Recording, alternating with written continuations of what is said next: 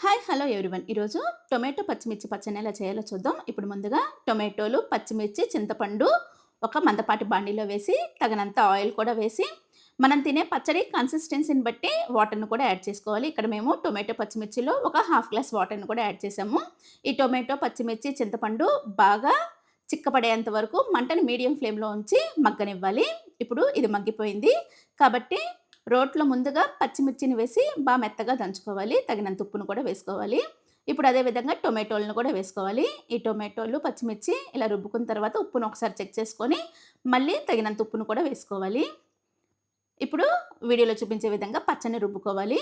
ఇప్పుడు ఫైనల్‌గా కట్ చేసి ఉంచుకున్న ఉల్లిపాయ ముక్కలను కూడా వేసుకోవాలి. ఇప్పుడు ఈ ఉల్లిపాయి, టొమాటోలు, పచ్చిమిర్చి అంతా బాగా మెత్తగా వీడియోలో చూపించే విధంగా రుబ్బుకోవాలి. అంతే, చాలా ఈజీ అండ్ టేస్టీ టొమాటో పచ్చిమిర్చి పచ్చడి రెడీ. Thanks for